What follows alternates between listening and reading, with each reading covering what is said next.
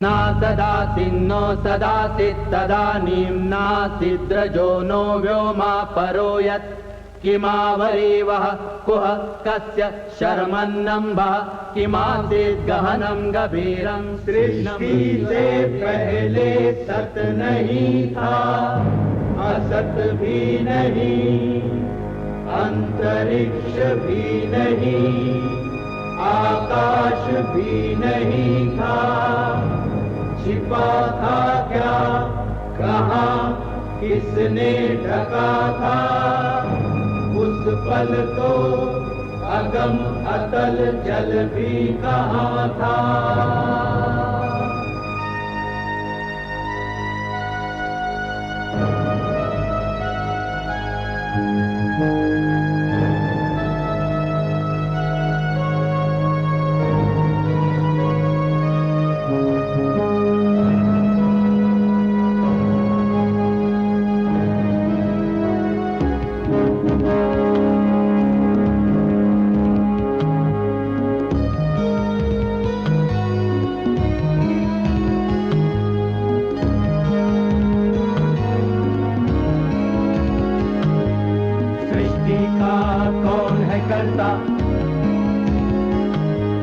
करता है वा अकर्ता,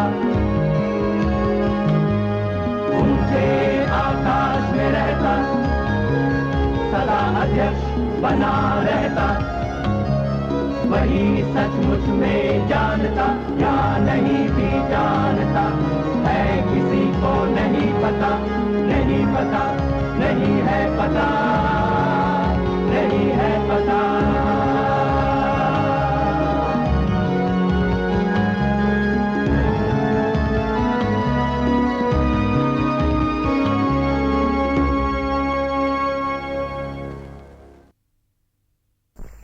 गौतम बुद्ध के बाद की 2 सदियों में हिंदुस्तान ने कई तब्दीलियां देखी। छोटे ठिकाने, बिखड़े रजवाड़े और लोकशाही गणराज्य जोड़कर एक केंद्रीय सरकार बनाने की तरह तरह की कोशिशें हो रही थीं। इन कोशिशों की वजह से एक मजबूत विकसित राज्य वजूद में आया। भारत के उत्तर पश्चिमी सीमांत इलाके में सिकंदर के हमलों ने इन कोशिशों को बढ़ावा दिया। तभी उस दौर की 2 अनोखी शख्सियतों ने बदलते हालात का फायदा उठाकर उन्हें अपनी इच्छा के मुताबिक मोड़ा। ये 2 थे चंद्रगुप्त मौर्य और उनके मंत्री, मित्र और गुरु विष्णुगुप्त चाणक्य, जिन्हें हम कौटिल्य के नाम से भी जानते हैं। शक्तिशाली मगध साम्राज्य से दोनों को देश निकाला मिला तो वो पाटलिपुत्र छोड़कर तक्षशिला की तरफ आए। यहां वो सिकंदर की फौज के संपर्क में आए और जब 323 ईस्वी पूर्व में सिकंदर की मौत की खबर मिली तो चंद्रगुप्त और चाणक्य ने जनता को विदेशी हमलावरों के खिलाफ खड़ा किया और तक्षशिला पे कब्जा कर लिया। फिर चंद्रगुप्त बीच के सारे इलाके जीतता हुआ मगध की राजधानी पाटलिपुत्र की तरफ आने लगा और नंद वंश को शिकस्त देकर मौर्य साम्राज्य की स्थापना की।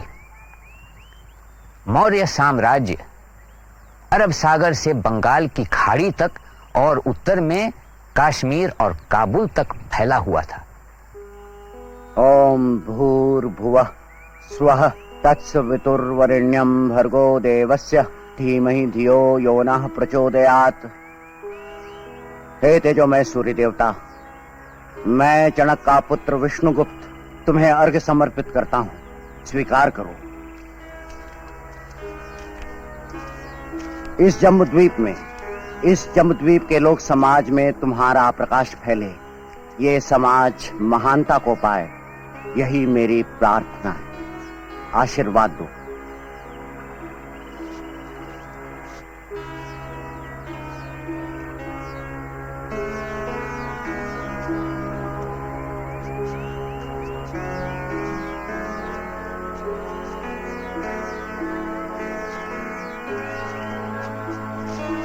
प्रणाम। प्रणाम आचार्य। कौन हो तुम? मैं चंद्रगुप्त मौर्य हूँ प्रभु। चंद्रगुप्त, मुरादासी का बेटा चंद्रगुप्त। नंद के विरुद्ध तुम्ही ने विद्रोह किया है ना? मुझे वहां से देश निकाला दे दिया गया है प्रभु। मुझसे क्या चाहते हो? मुझे अपना शिष्य बना लीजिए। मुझसे क्या सीख पाओगे? मैंने सुना है आप अर्थशास्त्र पर ग्रंथ लिख रहे हैं। लिखना शुरू भर किया है, अभी पूरा नहीं किया, पर उसे सीखकर तुम्हारा क्या कल्याण होने चला है? आचार्य, मैं सम्राट बनने की कामना रखता हूं, मगध का सम्राट।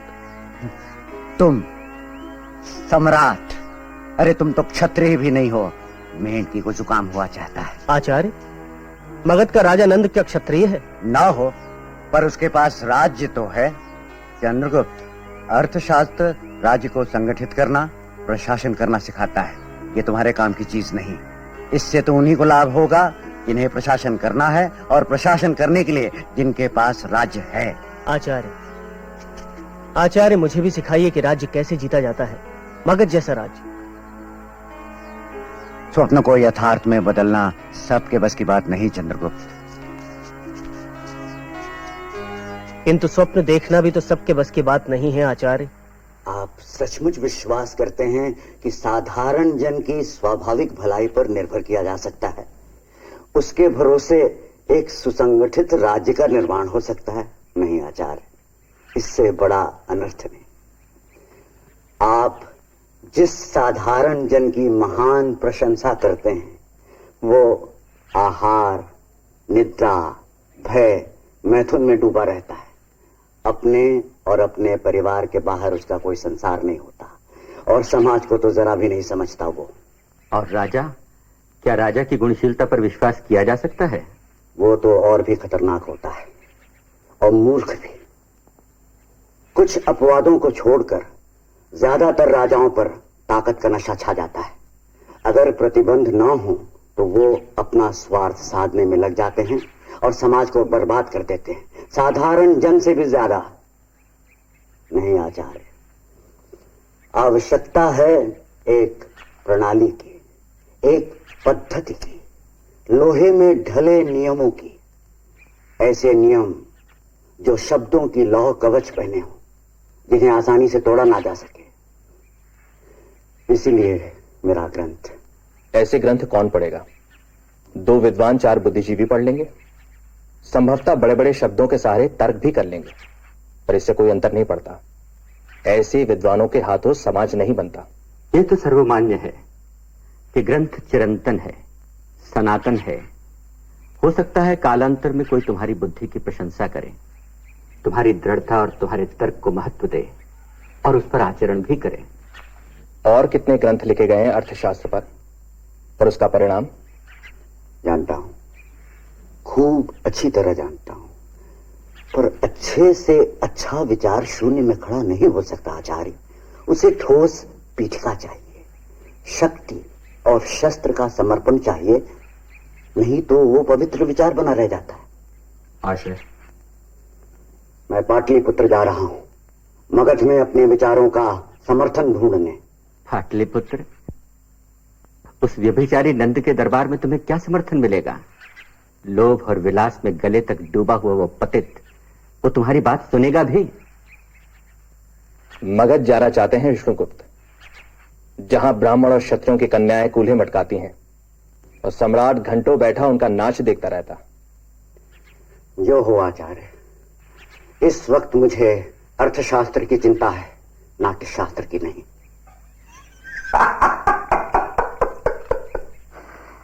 तुम ग्रंथों के सिद्धांतों में ही उलझे हुए हो ब्राह्मण। राजनैतिक सिद्धांत और व्यवहार का अंतर तुम्हारी समझ से परे है। इन समस्याओं के समाधान का चुनाव इतना सरल नहीं है। चुनना तो बहुत सरल है महाराज। आपको यही तो निर्णय करना है कि यूनानियों का प्रदेश हड़प लें या उन्हें अपना प्रदेश हड़पने दें। सम्राट सिकंदर यूनान लौट रहे हैं। इस हालत में क्षत्रप सेल्यूकस के लिए पूर्व दिशा की ओर कदम उठाने के छोड़ दूसरा उपाय नहीं। सेल्यूकस पाटलिपुत्र पर आक्रमण करेगा। अब अधिक समय नहीं है महाराज, तत्काल पहल कीजिए, यूनानियों के बढ़ते कदम रोकिए। अमात्य राक्षस, इस श्रेष्ठ और कुरूप ब्राह्मण का इतना साहस जो मुझे सलाह दे रहा है, समझता क्या अपने आप को? क्या इस राजसभा में कोई नहीं जो इस बकवादी ब्राह्मण को बताए कि यह मगध की राजसभा है, न कि तुम्हारी यज्ञशाला? हमारे राक्षस, इसे यहां से हटाइए। धनानंद, होश में आ। तुझ पर ताकत का नशा सवार हो गया है। चाणक्य विष्णुगुप्त अपनी इच्छा से बेबुलाए तेरे राज्यसभा में आया और तू बुद्धि को खोलकर पी गया है। तू उचट, तू ये भी नहीं समझता तेरी भलाई किसमें है, मगध की भलाई किसमें है। अपनी निर्लज्जता का मूल्य चुकाएगा तू, मरेगा तू, ध्वंस होगा। ले देख, ये ब्राह्मण अपनी शिखा खोलता है। मैं तब तक ये शिखा नहीं बांधूंगा जब तक नंदवंश को पाटलिपुत्र से जड़ समेत उखाड़कर फेंक नहीं देता। नाश हो तेरा, नाश, सर्वनाश तेरा अंतिम लक्ष्य बनेगा मेरे जीवन का। मत पकड़ो, पकड़ो, बंदी बना लो इस कुटिल ब्राह्मण को। मेरी राजसभा में मेरा अपमान। मूर्ख। क्षमा सम्राट, बंदी बनाने का आदेश न दे। क्यों? उस विद्वान ब्राह्मण ने कोई अपराध नहीं किया है। एक महान आचार्य को अपमानित करके राजसभा से निकाल दिया गया है, यही बहुत है। इस पाप को और न बढ़ाएं सम्राट। हां हां चंद्रगुप्त, नंदवंश को नष्ट किया जा सकता है। नंद को नष्ट करना ही होगा। परंतु कैसे गुरुदेव? मुझे तो कोई राह नहीं दिखती। वत्स, पवित्र निर्णयों को पूरा करने के लिए स्वयं देवता चले आते हैं। चिंता मत करो, केवल शपथ लो चंद्रगुप्त मौर्य, नंद वंश को नष्ट करना है। प्रतिज्ञा करो, साहस बटोरो, भुजाएं तोलो, शेष मुझ पर छोड़ दो। परंतु गुरुदेव, मगध साम्राज्य बहुत शक्तिशाली है।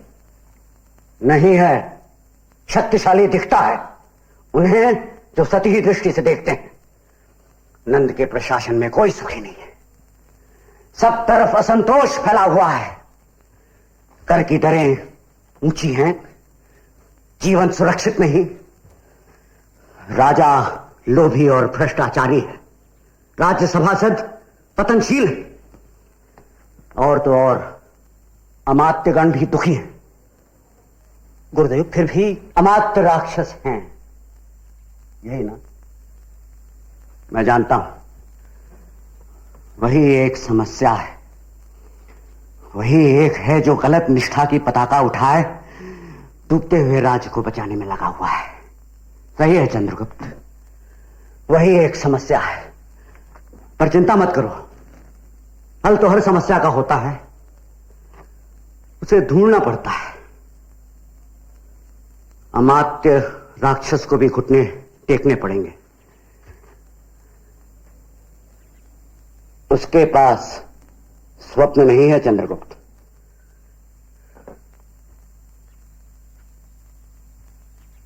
अरे सम्राट सिकंदर घायल हो गए! अरे सम्राट सिकंदर भाई लोग घायल हो गए! अरे सम्राट सिकंदर घायल हो गए! सम्राट सिकंदर घायल हो गए! सम्राट कैसे? ये मैं नहीं जानता, जो सुना है बता रहा हूं। सम्राट सिकंदर घायल हो गए।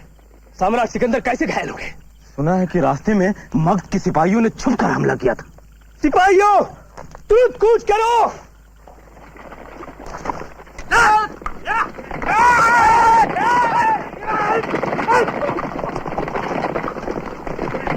विश्व विजेता यूनानी सेना के वीर सेनानी बने फिरते हो तुम, यूनानी साम्राज्य के आधार स्तंभ। शर्म आनी चाहिए तुम कापुरुषों को। एक ऐरा गैरा सिकंदर की छावनी में आता है और बिना तलवार उठाए 2000 यूनानी सैनिकों में दहशत पैदा करता है, भगदड़ मचा देता है, और हमारे महान सेनापति सिकंदर के महान सेनापति उसे बंदी तक नहीं बना पाते, और यह भी नहीं जान पाते हैं कि वह कौन था, कहां से आया था। कौन था वो? सेल्यूकस, पूरी यूनानी साम्राज्य के महान क्षत्रप सेल्यूकस निकातोर। क्या आप हमें यह बताने की कृपा करेंगे कि कौन था वो? सम्राट, वो मगध के नंद के जासूस रहा होगा। मगध के नंद का? उसे तो हमारी प्रगति से, हमारी बढ़ती हुई ताकत से चिढ़ होनी है। सम्राट, हमें उसके खिलाफ दोस्त तैयार करने चाहिए। हमें समाचार मिला है कि तक्षशील का चाणक्य विष्णुगुप्त नंद वंश का सफाया करने पर तुला है। अगर हम उसके साथ और उसके वीर शिष्य चंद्रगुप्त के साथ गठबंधन कर सके तो शायद। एक बुद्धिमान गुरु और दूसरा उसका शूरवीर युवा शिष्य। सेल्यूकस, हमारे तक्षशील पहुंचने पर उन दोनों से हमारी मुलाकात का इंतजाम करो। प्रणाम गुरुदेव।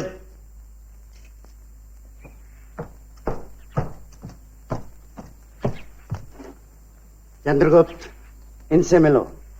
ये हैं अभिनय सम्राट कीर्तिध्वज। दारू वर्मा का नाम धारण कर सपेरे के भेष में सिकंदर की छावनी में घुस गया। इसने वहां वो गजब ढाया कि लगभग पूरी छावनी विद्रोह कर उठे। बहुत अच्छे, ये लो अपना पुरस्कार। गुरुदेव, सिकंदर और उसके सेनापति सेलूकस दोनों को पूरी तरह विश्वास हो गया है कि सिकंदर के घायल होने की अफवाह नंद के जासूसों ने फैलाई है। नंद के जासूसों ने? जी गुरुदेव। उत्तम, अति उत्तम।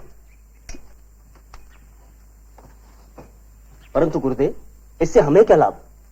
बालक हो वृषल, भूल गए मैंने क्या लिखा है? शत्रु का शत्रु मित्र होता है। हमें इस आपसी संदेह को भुनाना होगा। यूनानियों का नंद के प्रति संदेह हमारे लिए लाभकारी साबित होगा। गुरुदेव, यूनानी हमारे मित्र और सहयोगी कैसे हो सकते हैं? हम उन्हें कुचल देंगे। हम नंद को और यूनानियों को हरा कर रहेंगे, पर तभी जब समय को अपने अनुकूल बना लेंगे। एक वक्त एक ही शत्रु से भिड़ना चाहिए। हमारा पहला शत्रु है नंद, और अब नंद का शत्रु है यूनानी सिकंदर। इसलिए हमारा पहला कर्तव्य है यूनानियों के साथ मैत्री समझौता। आप जानते ही हैं कि विपाशा नदी तक के भूभाग पर हमारा अधिकार हो गया है। महाराज आम्भीग, महाराज पौरव और सेल्यूकस हमारे शत्रुपों की हैसियत से प्रशासन का कार्य कर रहे हैं, परंतु भूभाग पर विजय पाना हमारा एकमेव लक्ष्य कभी नहीं रहा है। हमारी कामना है एक नई और महान संस्कृति और सभ्यता का उदय देखना, और उदय होगा तब भी जब यूनान और भारत की कलाएं, विधाएं, ज्ञान, विज्ञान और संस्कृतियों का संगम होगा।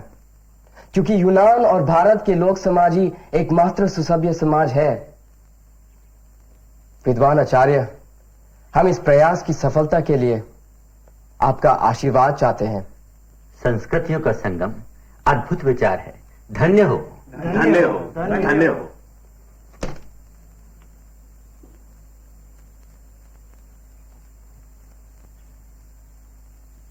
आचार्य चाणक्य, आप मौन क्यों थे?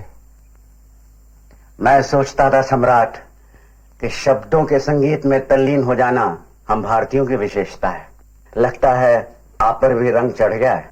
आपकी योजना आकर्षक है, पर क्या इसे यथार्थ की दृष्टि से नहीं देखना चाहिए? अभी यहां यूनानी सत्ता स्थिर नहीं हो पाई है। मुझे लगता है आप सूखे चमड़े के एक सिरे को पांव तले दबाकर खड़े हैं, इसीलिए दूसरा सिरा उठा हुआ है और हवा में झूल रहा है। कोई व्यक्ति दृढ़ता से मध्य में पांव जमाकर खड़ा नहीं हो जाता तब तक ये चमड़ा स्थिर और अचल नहीं हो पाएगा। आपकी कामनाएं केवल कामनाएं बनी रहेंगी, उस पर सफलता के फूल नहीं खिलेंगे सम्राट। वो भी होकर रहेगा, फूल खिलेंगे आचार्य। आप जो सोचते हैं उससे पहले, लेकिन हमें आपका आशीर्वाद चाहिए। आप हमारे आशीर्वाद की आवश्यकता क्यों मानते हैं? आप दिग्विजयी सम्राट हैं और मैं ठहरा निर्धनता का व्रत लेने वाला एक शिक्षक। मेरे आशीर्वाद का मूल्य ही क्या है? हमें आपकी ठोस मदद भी चाहिए आचार्य, आपकी और आपके युवा शिष्य की। उसके बारे में मैं बातचीत करने को तैयार हूं, क्योंकि ठोस कार्य ज्यादा यथार्थवादी, ज्यादा सार्थक होता है। हम आपकी मदद करने को तैयार हैं। मुझे प्रसन्नता है। बात पूरी होने दीजिए। कहिए। मेरी 2 शर्तें हैं। कह डाले। पहली शर्त, नंद को पराजित करने में आपका सहयोग चाहिए हमें। और दूसरी शर्त? और हमारे गठबंधन को मजबूत करने के लिए आपके सेनापति सेल्यूकस अपनी पुत्री एलेना का विवाह चंद्रगुप्त से करा दें। चंद्रगुप्त से? जो मगध का भावी सम्राट है। आपकी शर्तें काफी गंभीर है आचार्य। क्या समझौते में उस यूनानी कन्या के साथ मेरे विवाह की शर्त भी शामिल है गुरुदेव? हाँ, वही एक शर्त है जो समझौते की नींव है। चंद्रगुप्त, तुम मगध का सम्राट बनना चाहते हो ना, या तुम्हारे पांव लड़खड़ा रहे हैं? मेरा निर्णय अटल है आचार्य। मैंने नंद वंश को जड़ से समाप्त कर देने की प्रतिज्ञा की है। अगर प्रतिज्ञा की है तो वही करो जो मैं बताऊं। गुरुदेव, आप आज्ञा दें तो मैं घनघोर युद्ध करने को तैयार हूं, हर कठिनाई से जूझने को प्रस्तुत हूं। लेकिन मैं उस कन्या से विवाह क्यों करूं जिसे मैं नहीं चाहता, जिसे मैं जानता तक नहीं? क्योंकि राजा का विवाह राजनीति तय करती है, राजा की इच्छा या सनक नहीं। चंद्रगुप्त, यही एकमेव उपाय है जो यूनानियों के साथ हमारा गठबंधन पक्का करेगा।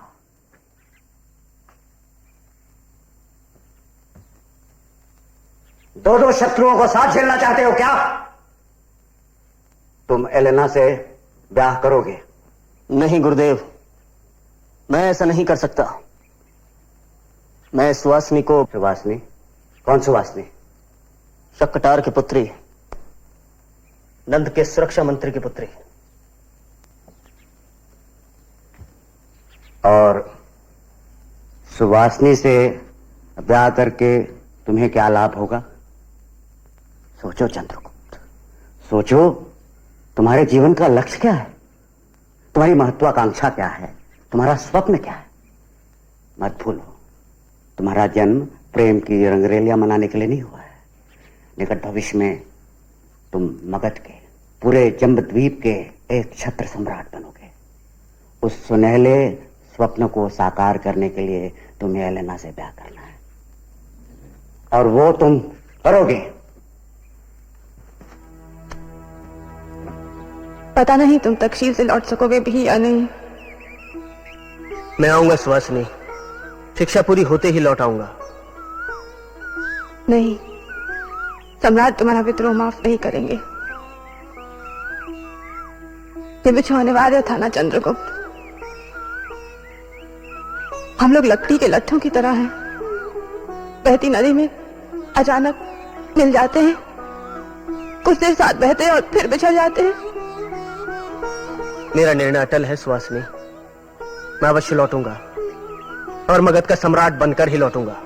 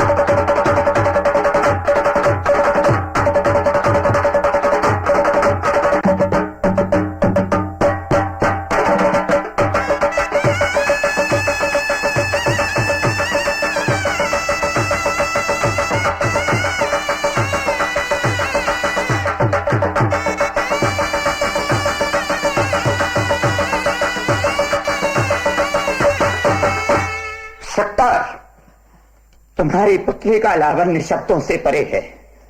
ऐसा लगता है जैसे स्वर्ग से कोई अप्सरा धरती पर उतरकर नृत्य कर रही हो। सम्राट की कृपा है, ऐसा प्रोत्साहन। चट्टार, हम उसे और प्रोत्साहन देना चाहते हैं। ये केवल हमारे लिए नृत्य करेगी। अवश्य सम्राट, वो आपकी पुत्री समान है। मूर्ख, ये हमारा निर्णय है। वो हमारी पत्नी बनेगी और राजमहिषी। किंतु सम्राट, ये कैसे संभव हो सकता है? कहां सुवासिनी की आयु और कहां आप उसके पिता समान। शक्तार, तू हमारा विरोध करता है, राज आज्ञा का उल्लंघन करता है, तो विद्रोही है। बंदी बना लो इसे।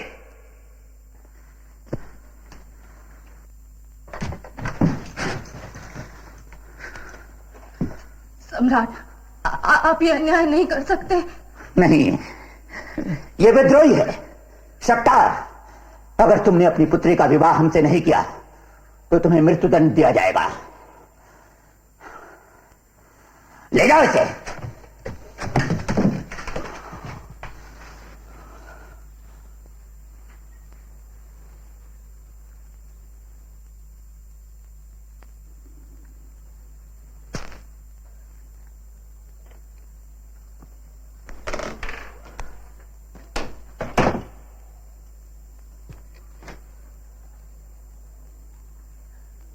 पिताजी।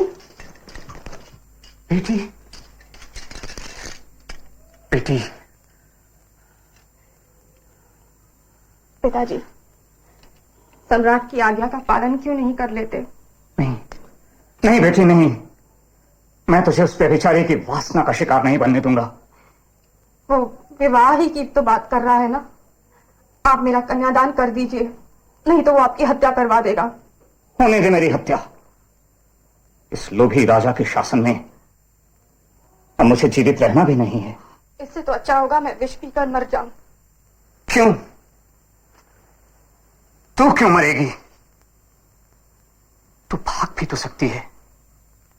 चंद्रगुप्त के पास चली जा। भूल गई, उसने तुझसे विवाह करने का वादा किया है। चंद्रगुप्त गुरु के कहने पर वो एलेना से विवाह कर चुका है। तू क्या हुआ? तू चंद्रगुप्त की दूसरी पत्नी बनकर नहीं रह सकती? जा, चंद्रगुप्त तुझे स्वीकार कर लेगा।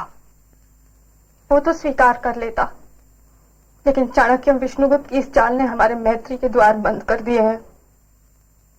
जीवन फूलों की सेज नहीं है बेटी। विष्णुगुप्त धूर्त है पिताजी। मुझे उसके सिद्धांतों से घृणा है। अब वो यूनानियों की सहायता लेकर मगध पर आक्रमण करेगा। विजयी हुआ तो हमारी सारी परंपराएं धूल में मिल जाएंगी। नृत्य केवल उच्च वर्णों के मनोरंजन भर रह जाएगा, जो केवल शूद्र ही किया करेंगे। ठीक ही तो है। इसी नृत्य के कारण हम पर यह प्रलय टूट पड़ा है। किंतु बेटा, तुम्हारे लिए चंद्रगुप्त की शरण राजा नंद के अत्याचार से अच्छी है। मैं आपको छोड़कर नहीं जाऊंगी। राजा के पास जा रही हूं, पत्नी बनूंगी उसकी, आपका जीवन दान मांगूंगी। किंतु मेरे आत्मसम्मान का क्या होगा? बेटा, तुम्हारा बलिदान व्यर्थ जाएगा।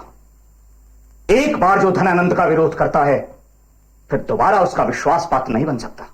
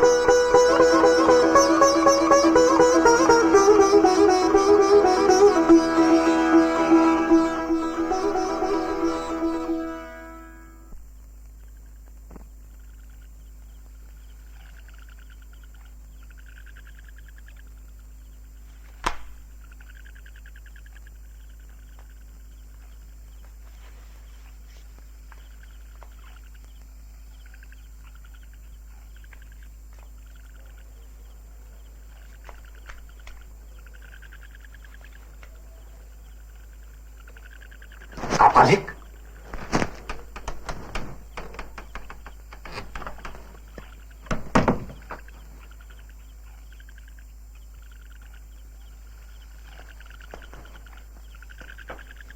मुझे पहचानो षटकार, मैं चाणक्य विष्णुगुप्त हूं।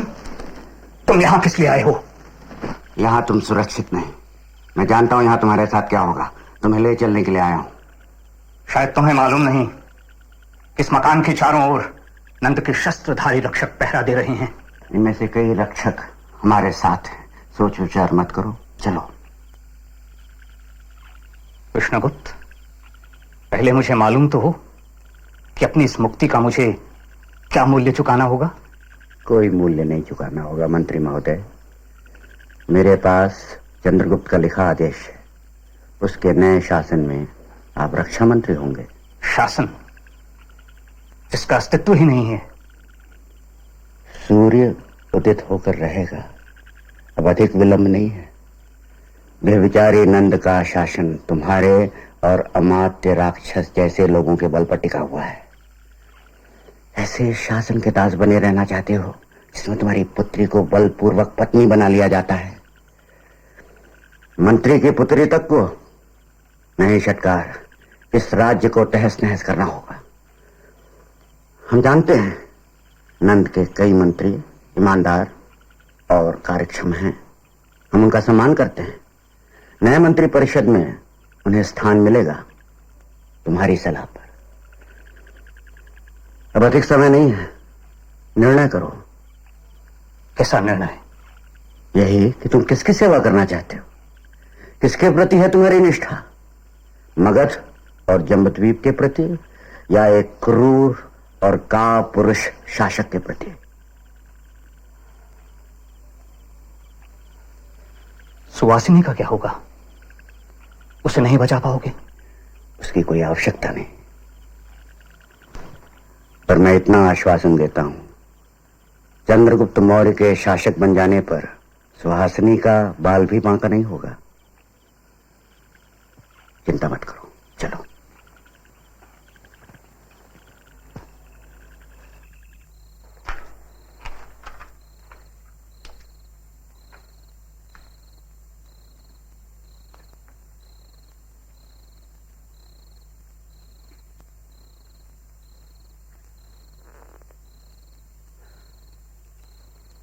हमें दुख है सुवासिनी, हमें तुम्हारे पिता को बंदी बनाना पड़ा।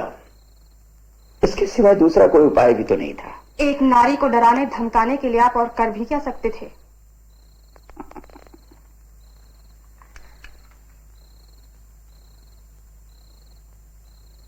हम तुमसे क्षमा चाहते हैं साम्राज्ञी। तुम्हारे रूप सौंदर्य ने हमारा विवेक हर लिया था। हम तुम्हें पाने के लिए कुछ भी कर सकते थे। प्रेम अंधा कहा गया है न सुवासिनी। प्रेम?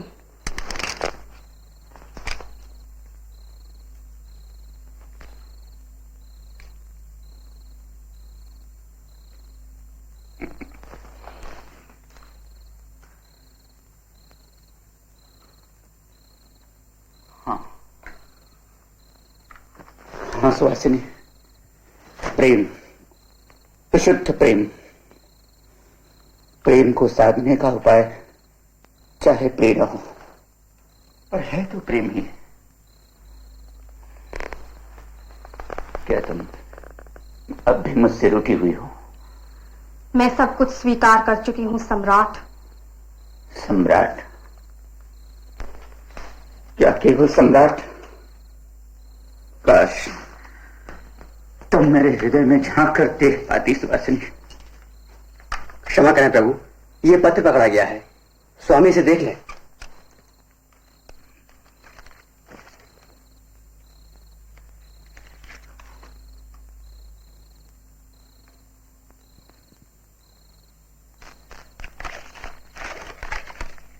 शक्तार के रक्षकों को प्राणदंड दिया जाए। जो आ गया स्वामी।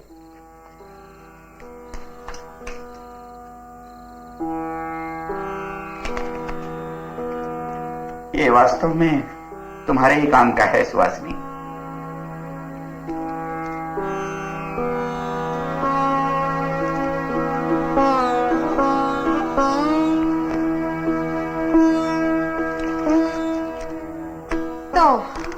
मेरे पिता मगध की सीमा पार कर चुके हैं। चाणक्य विष्णुगुप्त ने इस घटना को भी राजनीतिक रंग दे दिया है। विष्णुगुप्त धूर्त है सम्राट। वो मौका साधने में और उसका पूरा पूरा फायदा उठाने में तेज है। हमें तो आश्चर्य होता है कि उसने तुम्हें उठा ले जाने का षड्यंत्र क्यों नहीं रचा। उसके लिए महत्व मेरा नहीं, मेरे पिता का है। सुवासिनी, क्या तुम उसके साथ जाने को तैयार हो जाती?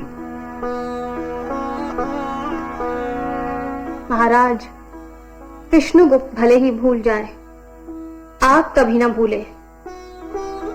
मैं अब मगध की साम्राज्ञी हूं। मेरे कुछ कर्तव्य हैं और प्राण रहने तक मैं उन्हें पूरा करूंगी। हम आभारी हैं प्रिय। आभार तो परायों के माने जाते हैं महाराज। हमारे और आपके कुछ संयुक्त कर्तव्य हैं और हमें संयुक्त रूप से ही उनका पालन करना है। यदि अनुमति दे तो निवेदन करूं? निवेदन नहीं, तुम आज्ञा तो देवी। मगध की राजलक्ष्मी। मगध साम्राज्य विनाश के कगार पर खड़ा है। धूर्त चाणक्य आपको सम्राट पद से हटाने की प्रतिज्ञा कर चुका है। वो कुटिल है, हम जानते हैं, पर मेढक पदन फुलाकर बैल तो नहीं बन सकता। सुवासिनी, मगध कोई छोटा मोटा राज्य नहीं है, वह एक विशाल साम्राज्य है। विशालता ही कभी कभी दुर्बलता साबित होती है महाराज। आप भूल गए किस तरह वो दोनों मेरे पिता को उड़ा के ले गए हैं? सुवासिनी, तुम डर गई हो।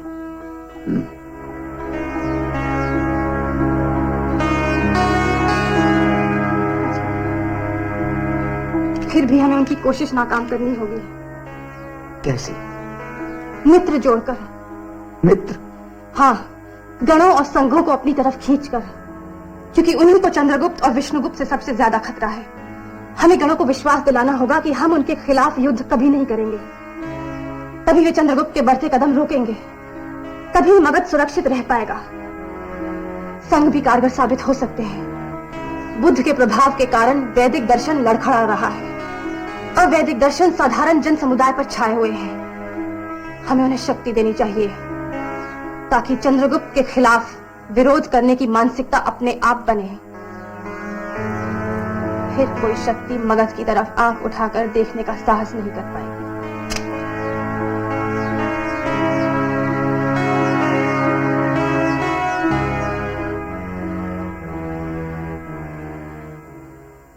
बहुत हो चुकी औपचारिकता है चाणक्य। आप पहले इस प्रश्न का उत्तर दीजिए, आपने गणों के विरुद्ध युद्ध क्यों छेड़ा? वो तो आपके शत्रु नहीं थे। आप जानते हैं, ना तो हम सत्ता बढ़ाना चाहते हैं, ना साम्राज्य स्थापित करना चाहते हैं। लेकिन गणाधिपति, आपने हमारे साथ युद्ध किया ना, और हराया भी। आर्य चाणक्य, आपको साम्राज्य स्थापित करने की धुन है और साम्राज्य गणों का विनाश कर देगा। इसलिए हम आपके साम्राज्य को स्थापित नहीं होने देंगे, ये आप अच्छी तरह जान लीजिए। हम साम्राज्य स्थापित करके रहेंगे गणाधिपति, ये भी आप अच्छी तरह जान लीजिए। एक बार मुठभेड़ में हार जाना युद्ध हार जाना नहीं होता। शांत रहो चंद्रगुप्त। गणाधिपति सारिपुत्र हमारे संरक्षक हैं और हमारी भलाई चाहते हैं। गणाधिपति सारिपुत्र, हम गणराज्यों का आदर करते हैं। उनकी व्यवस्था में लोकहित का बराबर ध्यान रखा गया है। परंतु आज स्थिति एकदम बदल चुकी है। यूनान के मैसेडोनिया से सप्त सिंधु तक साम्राज्य बन रहे हैं, बल्कि बन चुके हैं। सिकंदर ने स्वयं कई गणराज्यों को अपने पांव तले रौंदा है और आप ये भी जानते हैं कि नंद के मन में गणराज्यों के लिए जरा भी सहानुभूति नहीं है। आप सिकंदर और नंद से अलग नहीं आ रहे विष्णुगुप्त, क्या है? आपने अच्छा प्रश्न उपस्थित किया है और मैं भी आपको सीधा और निसंदिग्ध उत्तर दूंगा। हम आपको आश्वासन देने को तैयार हैं। कैसा आश्वासन? यदि आप नंद के विनाश में और यूनानियों के पराजय में हमारा साथ देते हैं तो हम आपको आश्वासन देते हैं कि आपकी स्थानीय स्वतंत्रता सुरक्षित रहेगी। यदि आप सीधे सामने ना आना चाहें तो भी कोई बात नहीं, पर नंद के विनाश को रोकने की चेष्टा नहीं करेंगे, इसका आश्वासन आप दें। किंतु हम विश्वास कैसे करेंगे? क्यों नहीं? हम विदेशी आक्रमणकारियों की तरह मनमानी करने वाले तो नहीं हैं, ना ही हम नंद की तरह अत्याचारी हैं। हमारा केंद्रीय शासन नियमों का पालन करेगा और व्यवस्था को बनाएगा गणाधिपति। और दूसरे गणों का क्या होगा? आपसे ये बात छिपी हुई नहीं है कि सभी गणराज्यों का शासन अच्छा नहीं है। कुछ भीतर ही भीतर सड़ चुके हैं और कुछ नाम मात्र के गण हैं। आपकी बात अलग है। हम आश्वासन आप और आप जैसों को दे सकते हैं, क्योंकि आप भी दूरदर्शी हैं।